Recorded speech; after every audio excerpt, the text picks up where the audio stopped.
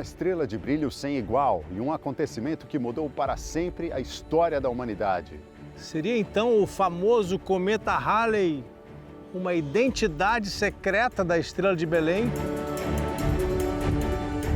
Quais são o momento exato e o local do nascimento do homem mais amado da história? Então não seria razoável pensar, até mesmo pelas pistas que os evangelhos nos dão, que o menino Jesus pudesse ter nascido exatamente aqui em Nazaré, onde sua mãe descobriu que estava grávida, onde os evangelhos nos contam que Maria recebeu a visita do anjo Gabriel e depois de temê-lo, disse sim à missão que o destino lhe impunha? Conheça a Basílica, que é local de adoração de cristãos há quase 2000 anos. Bem na entrada do altar da Basílica da Natividade, onde acontece a mais importante celebração todos os dias do nascimento de Jesus.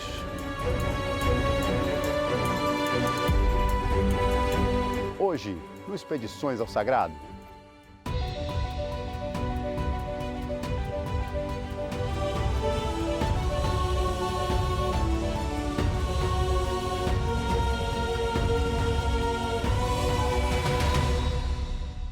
Olá, eu sou o Sérgio Patrick e esse é o Expedições ao Sagrado, programa que é uma parceria entre a TV Aparecida e o projeto Jornada Infinita. Todas as semanas você embarca com a gente rumo aos lugares sagrados mais fascinantes do planeta, com reportagens especiais. Semana passada a gente foi até Masada,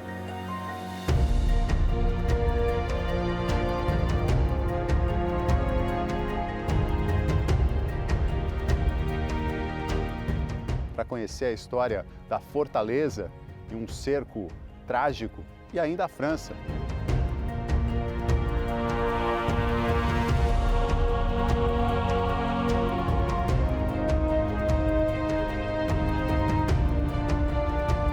Para aprender mais sobre como as medalhas milagrosas de Nossa Senhora das Graças surgiram. Hoje a gente segue viajando com histórias captadas durante expedições do projeto Jornada Infinita. Todo mundo pronto? Sejam muito bem-vindos. Esse é o Expedições ao Sagrado. Há quem diga que nós, humanos, somos feitos de pó de estrela. Cientistas explicam que o material de todos os átomos do nosso corpo, do carbono do DNA ao cálcio dos ossos, tem origem nas estrelas. Esses corpos celestes são relativamente simples, grandes bolas de gás quente, na maior parte hidrogênio, mas também hélio, e partes menores de alguns outros elementos. Só na galáxia que a gente habita, a Via Láctea, são mais de 100 bilhões de estrelas, dentre elas o Sol. Mas para a gente, que é humano, as estrelas são muito mais do que corpos celestes. Elas são um mistério, elas são luz, são também orientação, né? Por meio delas dá para interpretar sinais, dá para encontrar caminhos, e foi justamente uma estrela que representou a luz e o sinal de um dos acontecimentos mais importantes da história da humanidade. É hora de a gente conhecer mais sobre a história do nascimento de Jesus com o Rodrigo Alvarez. Num certo dia, 2 milênios atrás, um astro muito luminoso cortou o céu de ponta a ponta sobre estas terras e indicou o caminho para o local onde acabava de nascer o homem que mudaria a história humana para sempre. Ele foi chamado Jesus e ficou conhecido como Jesus Cristo.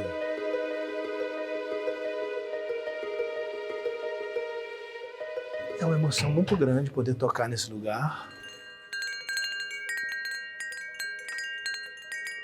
O lugar onde Maria teria se apoiado no momento do parto. Esse é um dos lugares mais sagrados do mundo para os cristãos.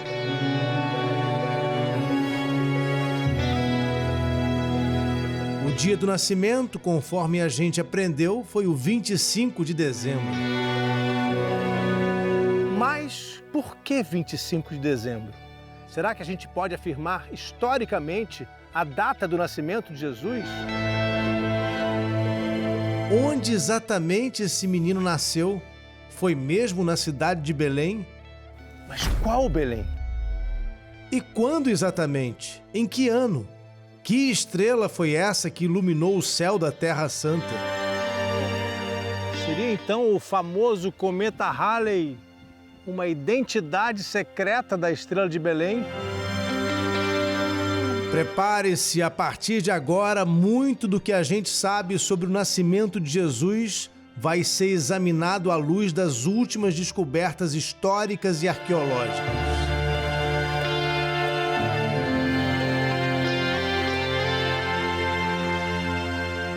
A partir de agora, a gente vai viajar pelo tempo e pelo espaço para voltar ao dia do nascimento de Jesus.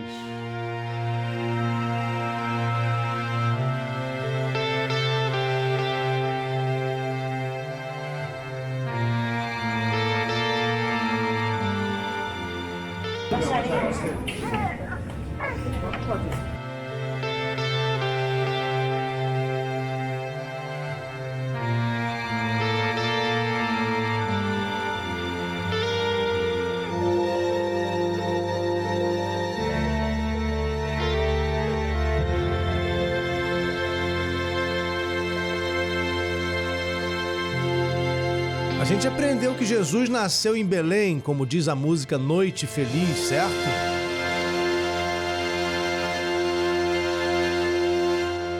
Pois a cidade histórica de Belém fica hoje na Cisjordânia, sob controle da autoridade palestina, e tem cerca de 25 mil habitantes.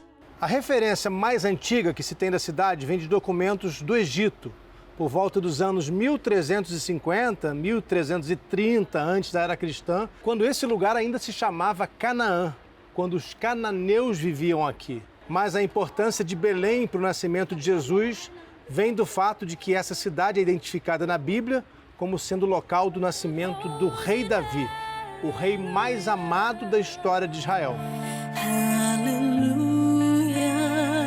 Se a gente reflete sobre essa história, do ponto de vista dos evangelistas e da tradição judaica, era importante para eles, ao escreverem os evangelhos, estabelecer uma conexão direta entre o Salvador da humanidade e o grande rei Davi, para que não restasse nenhuma dúvida sobre a legitimidade do sangue real de Jesus.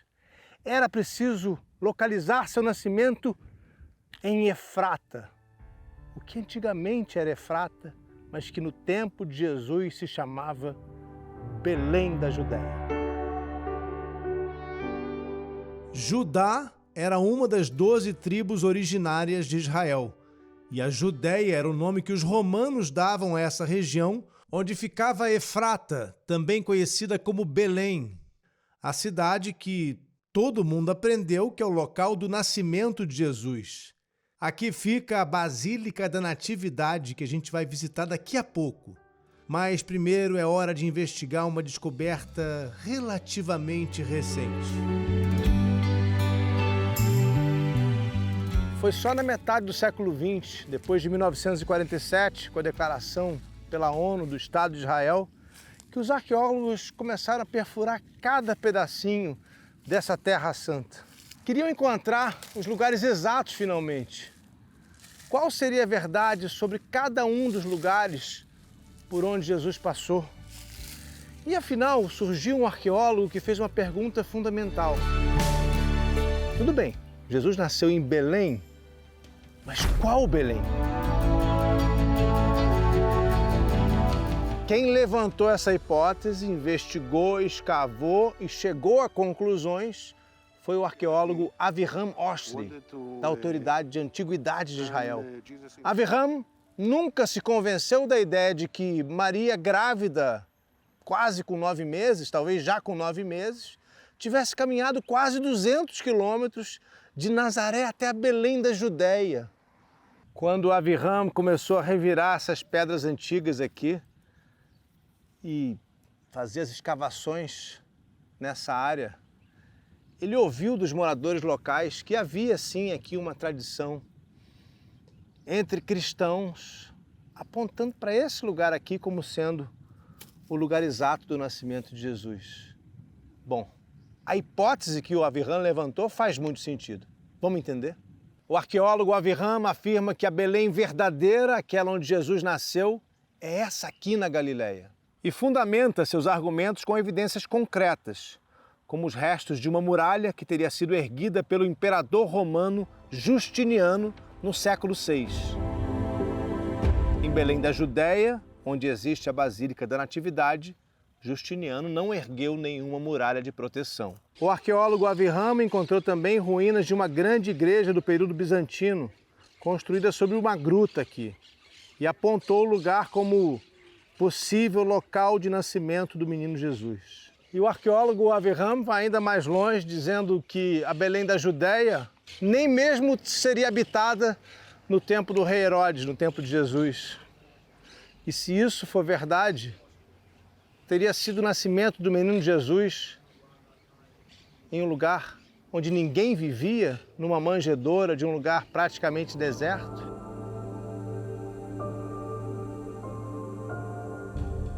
O argumento de que Maria e José teriam caminhado aproximadamente 7 quilômetros até esse lugar aqui, Belém da Galileia, em vez de toda aquela distância até Belém da Judéia, faz muito sentido. Ainda mais se a gente pensa que toda a vida pública de Jesus, toda a pregação dele, inclusive os milagres, aconteceram aqui na região da Galileia. E aí, quando a gente chega ao Evangelho de João, a gente encontra o povo daquela época afirmando que Jesus vinha da Galileia. O Evangelho de João não fala em Belém da Judéia.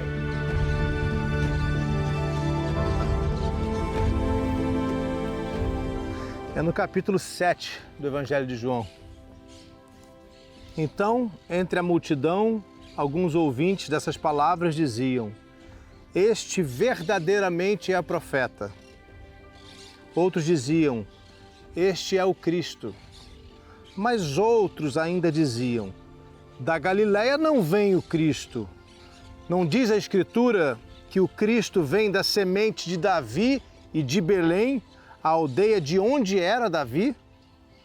Deu-se uma divisão por causa dele no meio da multidão. E a divisão tem a ver também com o fato de que a multidão questiona se Jesus não nasceu em Belém da Judéia, como eles afirmam aqui no Evangelho de João, como poderá ele ser o Messias? A pergunta que vem sendo feita pelos arqueólogos pode estar enterrada em qualquer lugar aqui, embaixo dessas pedras, embaixo dessas construções. Mas a gente precisa investigar ainda uma outra possibilidade. A de que, como era comum em seu tempo, Maria e José tivessem tido o menino Jesus em casa.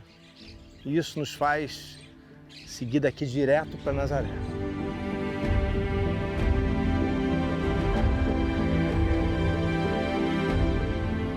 Então não seria razoável pensar, até mesmo pelas pistas que os evangelhos nos dão, que o menino Jesus pudesse ter nascido exatamente aqui em Nazaré, onde sua mãe descobriu que estava grávida, onde os evangelhos nos contam que Maria recebeu a visita do anjo Gabriel e depois de temê-lo, disse sim à missão que o destino lhe impunha? Será possível pensar que, se durante toda a vida Jesus foi conhecido como Nazareno, não era porque tinha só crescido nessa cidade, mas porque de fato tivesse nascido aqui? É importante lembrar que o Evangelho de Marcos, o primeiro a ser escrito, não faz nenhuma menção a Belém, seja ela qual for. Diz apenas que Jesus veio de Nazaré. Um dos grandes estudiosos de Jesus como um personagem histórico, o Monsenhor John P. Mayer, afirmava que Jesus tinha, de fato, nascido em Nazaré, entre os anos de 6 a.C. e 4 depois de Cristo. Ele aponta as mesmas contradições entre os evangelhos de Lucas e Mateus e reforça a percepção de que a narrativa da viagem a Belém da Judéia tinha um propósito puramente teológico.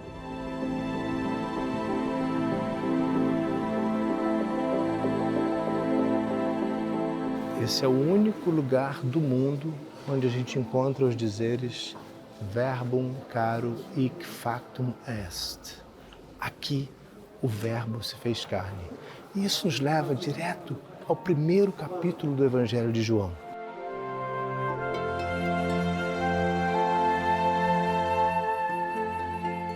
No princípio era o verbo, E o Verbo estava com Deus, e Deus era o Verbo. É no versículo 14 que o Evangelho de João conclui a ideia que começa no primeiro versículo. E o Verbo se fez carne e habitou entre nós. Aqui, a arqueologia aponta como sendo o lugar onde Maria ficou sabendo de sua gravidez, onde os evangelhos nos contam que ela se encontrou com o anjo Gabriel e, assustada, disse o sim que mudou a história.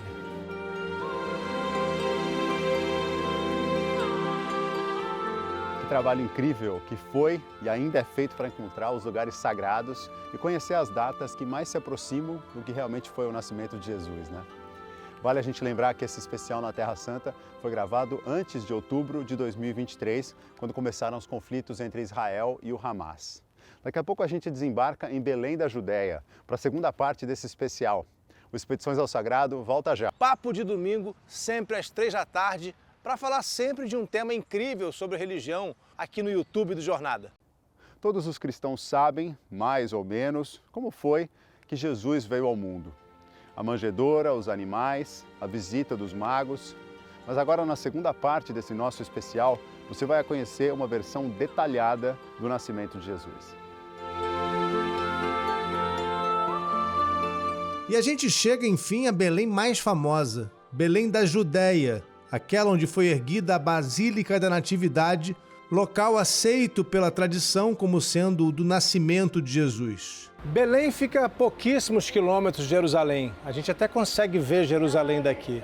Hoje, está dentro do território conhecido como Cisjordânia, sob o comando da Autoridade Nacional Palestina e ocupada militarmente por Israel, ou seja, que em volta os soldados israelenses cuidam de cada pedaço no entorno da cidade natal de Jesus.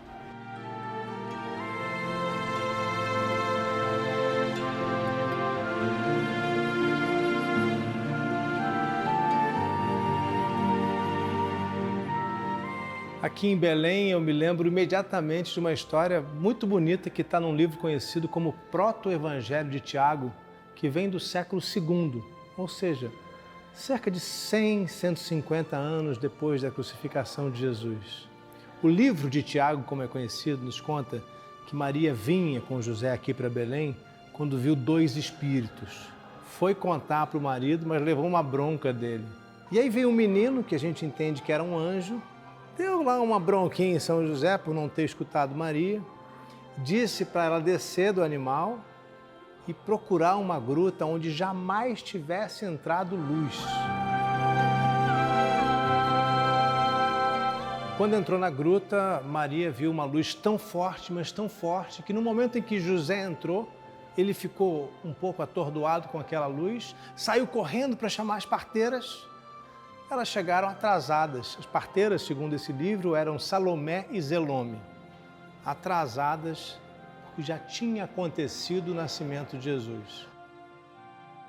E aí houve uma divisão entre as parteiras. Zelome imediatamente acreditou que Jesus tinha nascido de sua mãe, que ela tinha continuado virgem. Já Salomé agiu um pouco como São Tomé e disse que tinha que tocar para crer. E aí, quando ela foi tocar em Nossa Senhora, a mão que tocou começou a desaparecer, começou a ficar em chamas. E ela, desesperada, disse: ai de mim que não acreditei, por causa da minha incredulidade estou sofrendo isso. Mas a história não termina assim, não. Um dos anjos que estavam na manjedoura ordenou a Salomé que ela pegasse o menino Jesus no colo. E nesse momento, bom, eu imagino que ela tenha pego com a mão que não estava queimando, quando ela pegou o menino, tudo voltou ao normal.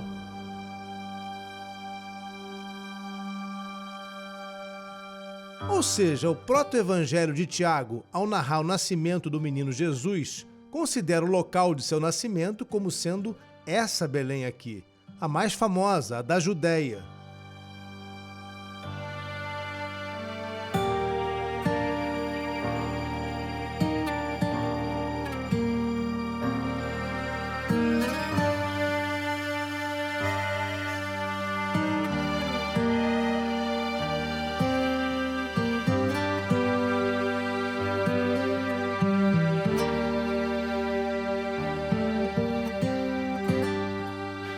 Essa capelinha aqui no Campo dos Pastores, perto da Basílica da Natividade em Belém, nos remete diretamente ao Antigo Testamento, a profecia de Isaías, capítulo 1, versículo 3. O boi reconheceu seu dono e o jumento o berço de seu mestre. Quando a gente chega aos evangelhos no Novo Testamento, em vez de berço, é uma manjedoura. E a história que a gente conhece, que os evangelhos contaram, é que o nascimento de Jesus foi numa manjedoura, o pedacinho mais escondido das casas, onde eram guardados os alimentos e também onde ficavam os animais. E essa profecia nos ajuda a entender todo o presépio. Toda vez que a gente vê essa imagem, a gente se remete à profecia de Isaías.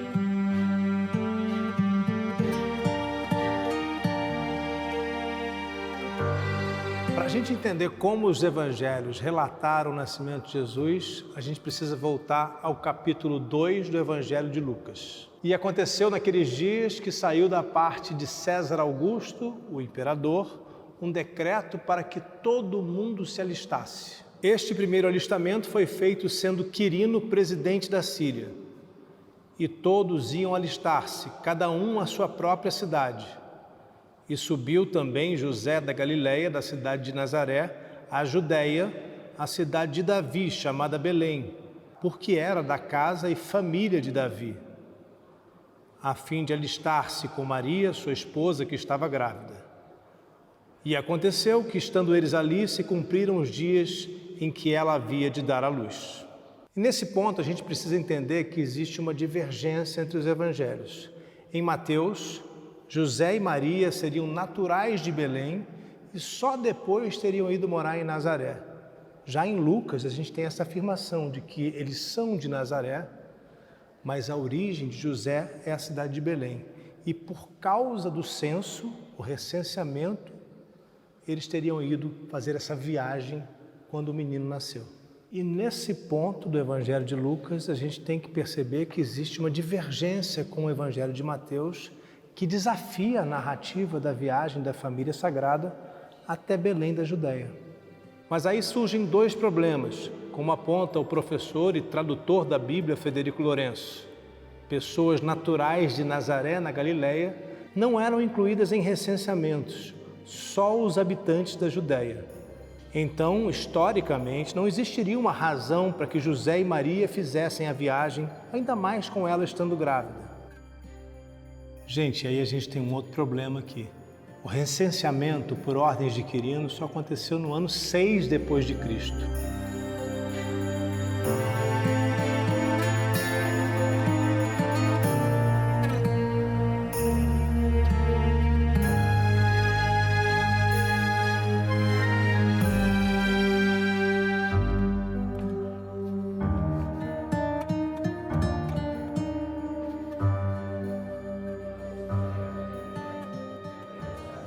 Agora eu estou entrando aqui num lugar que é conhecido como a Gruta dos Pastores. Como a gente pode ver, é uma gruta em Belém, muito perto de onde foi construída a Basílica da Natividade, onde a tradição nos conta que viviam os pastores que testemunharam o nascimento de Jesus. E a cada momento aqui chega um novo grupo de visitantes, pessoas de todas as partes do mundo que vêm rezar aqui dentro e também conhecer melhor a história. Tem um presépio muito interessante, um pouco diferente, porque tem os anjos, claro, que estavam no nascimento de Jesus, conforme as narrativas que chegaram até nós. A gente vê Maria, São José, o menino Jesus, agora sim, já num bercinho simples, com palha, feito de madeira, cercado pelos animais. Agora é curioso que as pessoas vêm até aqui e deixam notas de dinheiro mesmo, moedas. Mas não é porque as pessoas querem comprar os pedidos, nem comprar uma graça, não. É porque é o que elas têm no bolso. A pessoa está viajando, é o que ela carrega do seu país, ela vai lá e deixa. Tem moedas de vários países aqui. Então, a grande justificativa apresentada pelo Evangelho de Lucas para a viagem da família sagrada até Belém, em realidade, é uma justificativa teológica. a necessidade de mostrar a conexão de Jesus com seus antepassados de Belém da Judéia. Segundo uma crença judaica muito comum naquela época, só aqui poderia nascer aquele que iria apacentar o povo de Israel. Se toda a história da viagem até Belém puder ser entendida como uma espécie de liberdade literária dos evangelhos para justificar o vínculo profético entre o rei Davi e Jesus, será possível que José e Maria nunca tenham saído de Nazaré? Alguns historiadores acreditam que Jesus possa ter morrido com mais de 40 anos e que ele teria nascido, curiosamente, numa data antes de Cristo. Isso porque um dos anos apontados como possíveis é o ano 12 a.C. Você sabe o que aconteceu exatamente naquele ano? Uma estrela diferente apareceu no céu. Uma estrela com uma cauda, parecida com aquela que a gente vê nas inúmeras pinturas que representam a cena do nascimento de Cristo. Mas essa estrela não teria sido exatamente uma estrela. Na verdade, segundo essa teoria, seria um corpo celeste muito conhecido de nós, que provocou alvoroço todas as vezes que passou perto da Terra, a cada 76 anos, e que nos visitou pela última vez em 1986. Seria então o famoso cometa Halley uma identidade secreta da estrela de Belém? O cometa de fato foi visto no ano 12 a.C., no mês de outubro. O único dos evangelhos canônicos a citar o astro é Mateus, quando ele nos apresenta a história dos reis magos, que na verdade a tradição passou a chamar de reis. Tendo Jesus nascido em Belém da Judéia, no tempo do rei Herodes, vimos o seu astro no Oriente e viemos para nos prostrarmos diante dele. O livro de Tiago, de que a gente vem falando, o proto-evangelho de Tiago, dá uma descrição ainda mais detalhada sobre esse astro do Oriente. Quando perguntados pelo rei Herodes onde foi o nascimento do rei dos judeus, eles respondem: em Belém da Judéia, pois assim está escrito. Vimos uma estrela de grande tamanho brilhando entre essas estrelas e obscurecendo sua luz, de modo que as estrelas não apareciam. E assim soubemos que um rei nasceu para Israel e viemos adorá-lo. Como é bom quando a gente conhece mais da história, né? Só assim mesmo para a gente entender como as versões que são conhecidas sobre um acontecimento tão importante chegaram até aqui, chegaram até a gente. Isso só me faz valorizar ainda mais o trabalho dos historiadores e dos arqueólogos, que completam com muito conhecimento o que dizem a tradição e a fé. Em instantes, a gente vai entrar no que a tradição diz ser a manjedoura onde Jesus nasceu. O Expedições ao Sagrado volta já. Se você quiser conhecer meu curso Jesus, a Luz da História, é só você entrar no rodrigoalvarez.site. Agora que a gente já aprendeu mais sobre a história, é hora de você se preparar para entrar no que se acredita ser a manjedoura onde Jesus nasceu. É importante lembrar que esse especial foi gravado antes do início do conflito entre Israel e o Hamas na região. A gente volta agora então à Cisjordânia com o Rodrigo Alvarez.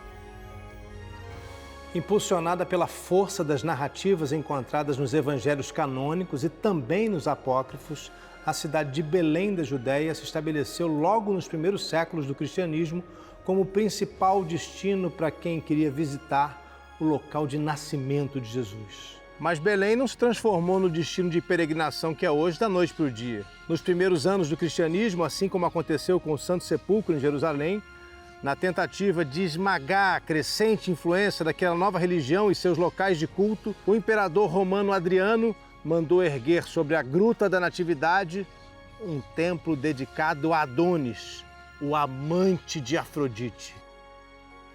No entanto, a história e a tradição favorecem a cidade de Belém, muito pertinho de Jerusalém. Foi para lá que toda a peregrinação cristã começou a se direcionar, principalmente depois do século IV, quando Santa Helena veio à Terra Santa e o imperador Constantino deixou de perseguir os cristãos, abrindo caminho para uma grande expansão da fé cristã pelo Império Romano.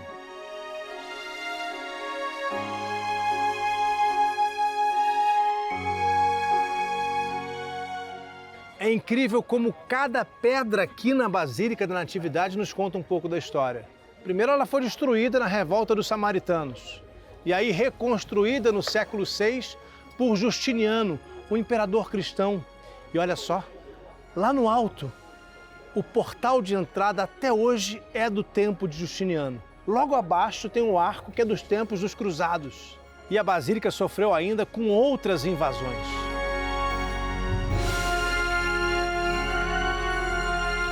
Tão perto de Jerusalém, com uma função tão importante na tradição cristã, a Basílica da Natividade passou ainda por muitos altos e baixos ao longo dos séculos. Durante a invasão da região pelos persas no século VII, reza a lenda que o comandante Shahbaraz ficou comovido com uma ilustração mostrando os 3 magos vestidos como sábios persas, seguidores do zoroastrismo, e por isso Shahbaraz teria resolvido poupar essa igreja. Toda vez que a gente entra na Basílica da Natividade, a gente precisa se abaixar muito. Mas sabe por quê? Porque essa barreira foi construída para que os camelos dos invasores não pudessem entrar aqui. Era um tempo de muitas disputas, como a gente já está vendo. E essa outra porta aqui, hein? É a porta da humildade. Preciso me abaixar um pouco para entrar em lugar tão sagrado, o lugar onde se celebra todos os dias o nascimento de Jesus.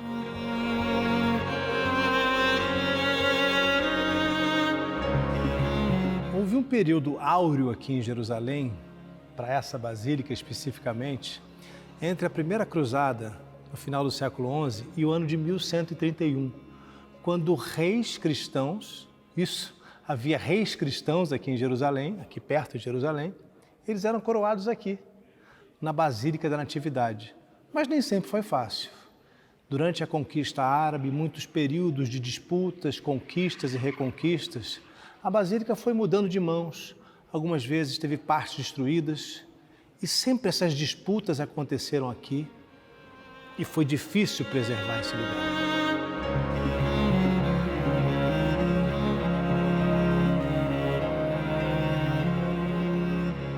Nesse momento a gente está vendo aqui um ritual dos gregos ortodoxos, que são uma das 3 denominações cristãs que cuidam da igreja, da Basílica da Natividade hoje. É sempre bonito ver os rituais das diversas denominações cristãs que existem aqui.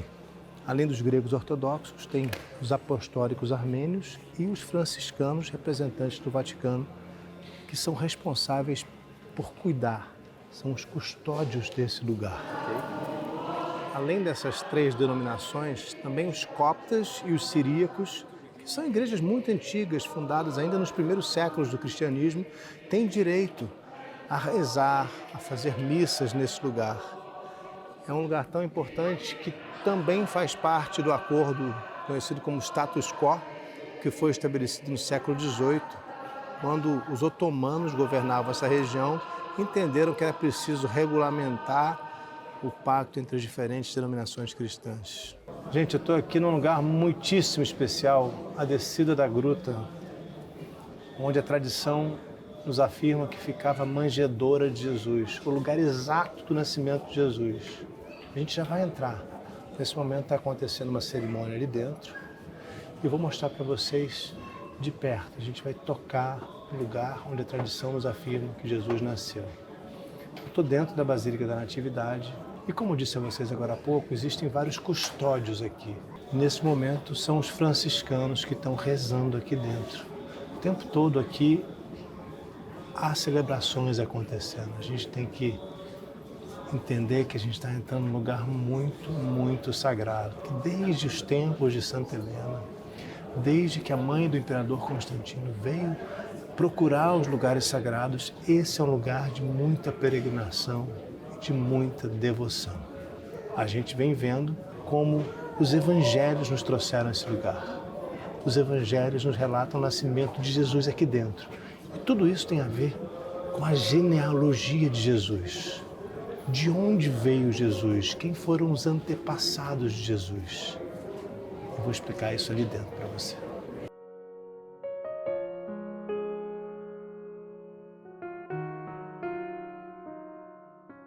A gente vem entendendo durante esse especial como, historicamente, há discordâncias entre historiadores, como há outras possibilidades, como, por exemplo, de que Jesus tenha nascido em Nazaré.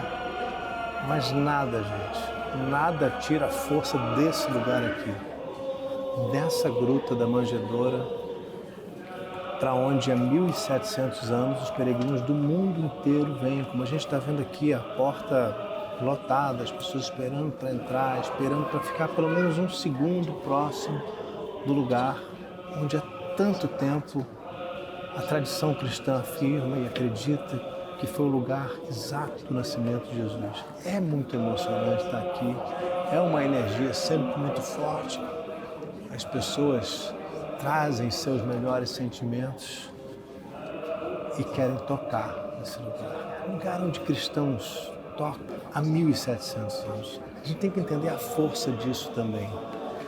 Quantos milhões de pessoas já vieram até aqui, já se ajoelharam nesse lugar, já entraram por essa entradinha que a gente está vendo aqui, que foi descoberta.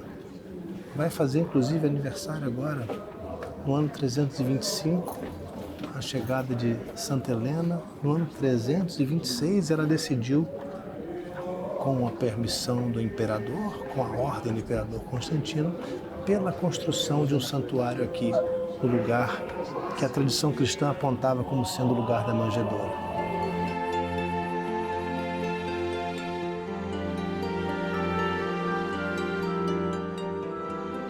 O que a gente está vendo agora é a preparação da liturgia dos armênios. Cada momento aqui é muito disputado, gente. Cada denominação cristã tem um tempo determinado para ficar aqui dentro. E agora os armênios estão se organizando para fazer uma missa aqui dentro. A reza de domingo, a gente veio no domingo. Olha, é uma emoção muito grande poder tocar nesse lugar. A gente está vendo essa estrela com as 14 gerações de Jesus, 3 vezes 14 gerações, de Abraão até Jesus. E aqui a gente toca o lugar onde Maria teria se apoiado no momento do parto. Esse é um dos lugares mais sagrados do mundo para os cristãos. Eu me sinto muito conectado com todos os que vieram aqui ao longo desses muitos e muitos séculos.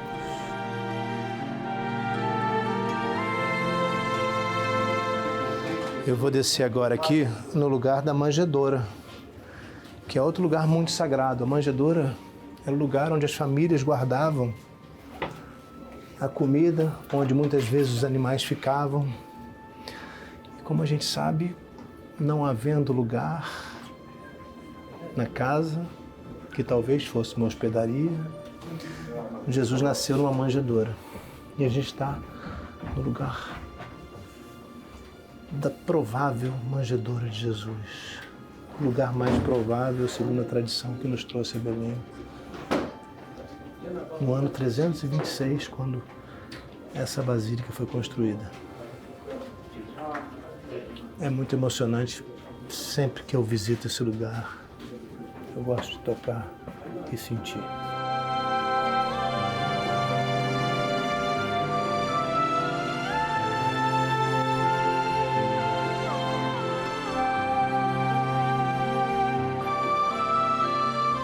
Existe uma devoção razoavelmente recente que traz os fiéis até esse ícone ortodoxo grego, feito por um artista aqui de Belém, um artista cristão de Belém, no século XVII.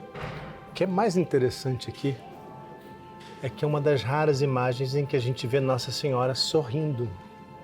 Quando a gente vai a Jerusalém, normalmente as imagens de Maria são de sofrimento, onde Jesus viveu seus últimos dias, a perseguição, as inquisições que fizeram com ele, a crucificação. Aqui não. A mãe sorrindo com o menino no colo. E muita gente traz para cá lembranças, agradecimento e alguns ex-votos também na forma de medalhinhas de prata, que, por exemplo, uma perna, um agradecimento, provavelmente alguém que recuperou os movimentos da perna. Diversos sinais de graças obtidas, atribuídas a esse ícone sagrado que fica bem na entrada da manjedoura.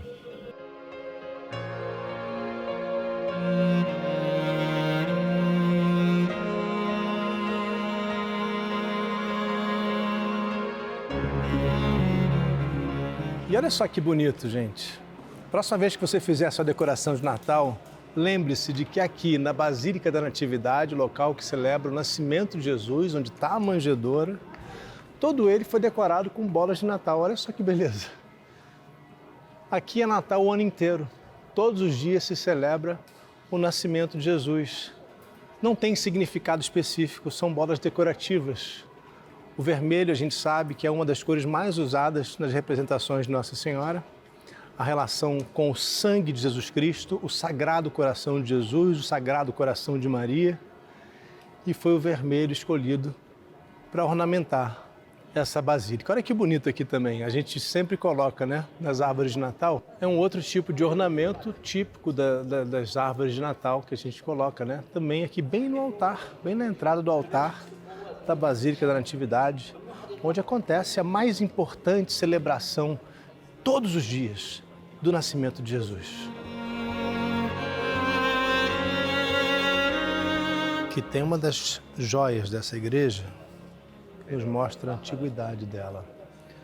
Um mosaico do século IV, da época bizantina, do século em que essa basílica foi construída, quando Santa Helena veio pela primeira vez até aqui buscar as relíquias sagradas associadas a Jesus e a Maria.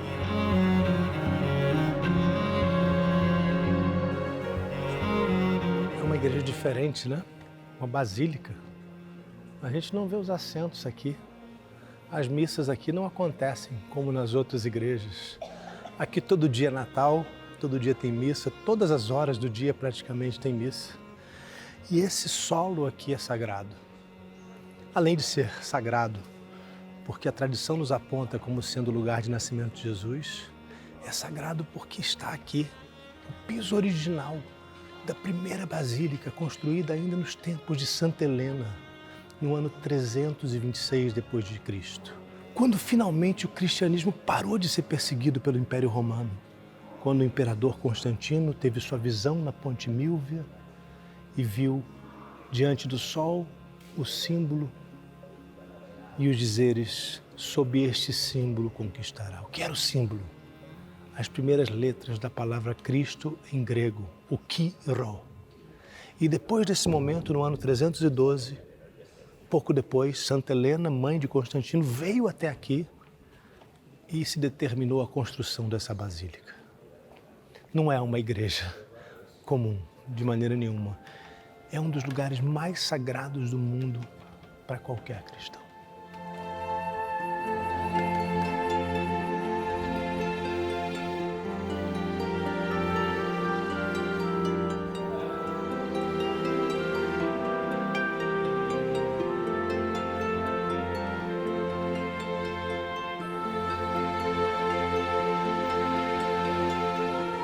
Esses mosaicos já são mais recentes, foram construídos no tempo das Cruzadas, quando depois de alguns séculos os cristãos retomaram o controle sobre os lugares sagrados na Terra Santa.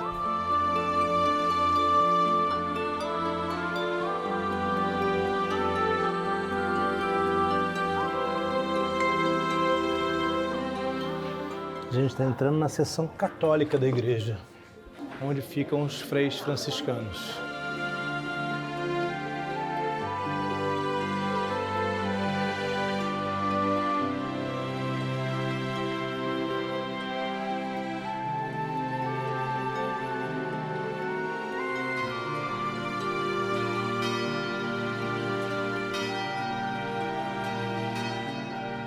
Que é a igreja mais recente, mais moderna, que é onde acontece a Missa do Galo, todo dia 24 de dezembro. Uma das missas mais importantes, se não a mais importante do ano.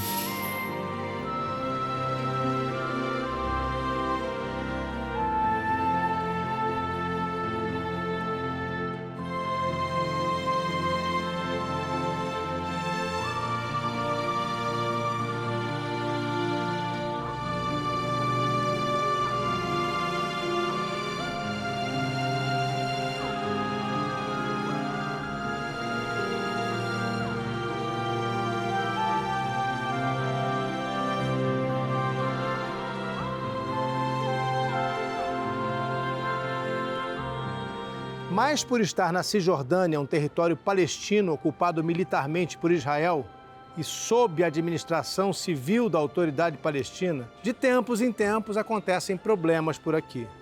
A cidade hoje é toda cercada por muros. Os muros que Israel chama de barreiras de separação e que os palestinos chamam de muro de segregação. Diversos artistas fizeram protestos aqui. Querem Belém livre de muros.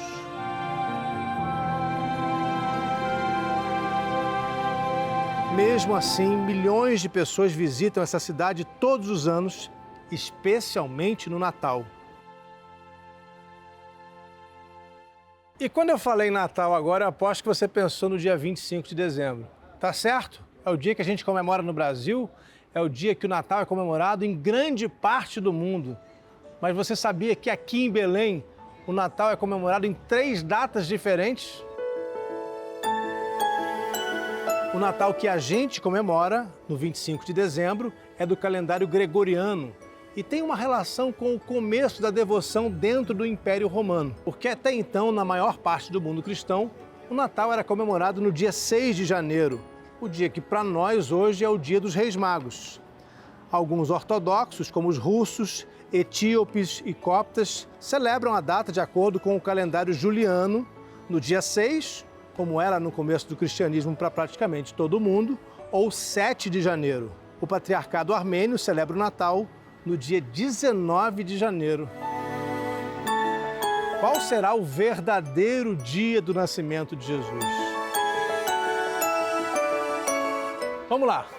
Jesus não nasceu várias vezes, né? Ele tem que ter uma única data verdadeira para o seu nascimento. E aí chegou o momento da gente voltar para a pergunta que eu fiz no começo do especial. Por que a maior parte dos cristãos do mundo comemora o Natal no dia 25 de dezembro? Você sabe?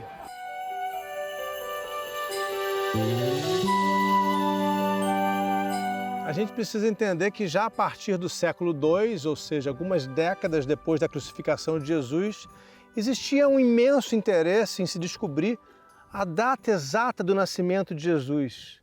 Mas é só num texto romano do século IV, quando vai se falar das datas de mortes de mártires cristãos, é que esse dia aparece pela primeira vez. A partir daí, o que a gente tem são 2 teorias, uma mais popular e outra bem mais antiga. Vamos começar pela mais antiga? Ela segue o princípio de que as datas da morte e da concepção de Jesus estariam ligadas.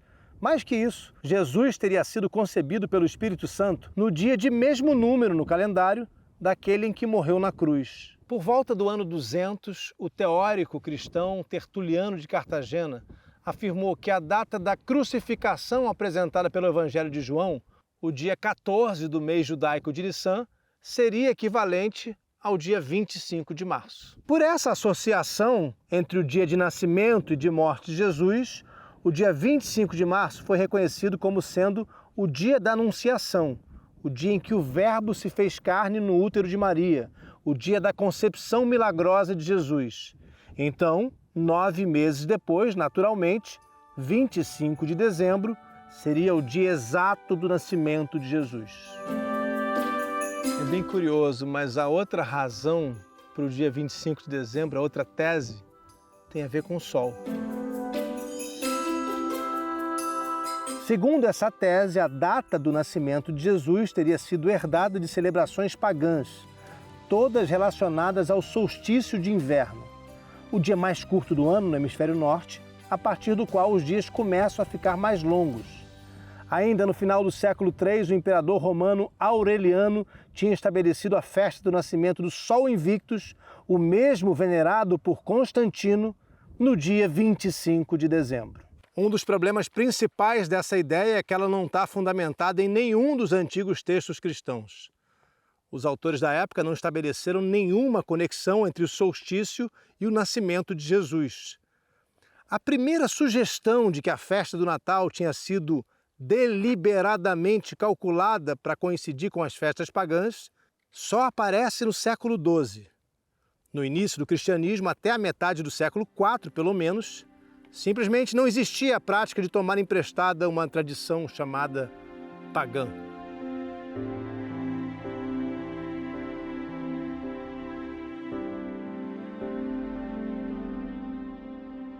No fim das contas, não dá para a gente dizer com absoluta certeza por que razão o dia 25 acabou se firmando como a data mais frequente para celebrar o nascimento de Jesus.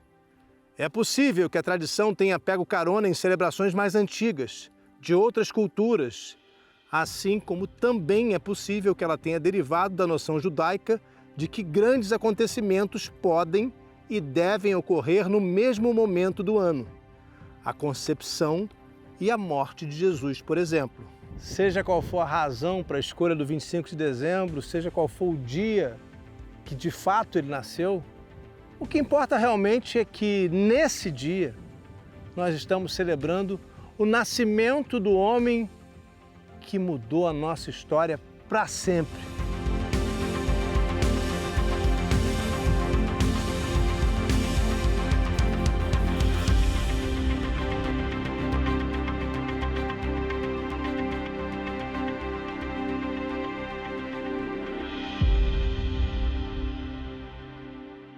As histórias dos primeiros anos de cristianismo e dos locais sagrados da Terra Santa me fazem pensar na importância de Santa Helena.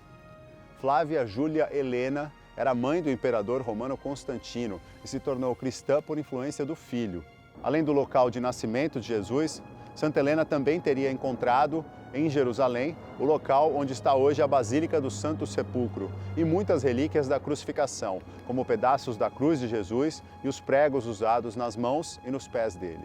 E ela ainda ordenou a construção de mais de 80 igrejas nesses lugares, que se tornaram então destinos para peregrinos cristãos do mundo inteiro ao longo de séculos, mudando para sempre a história dessas regiões. Obrigado ao Rodrigo Alvarez por esse especial. Semana que vem a gente continua viajando pelos lugares sagrados mais incríveis do mundo. Obrigado a você pela companhia. Fique em paz.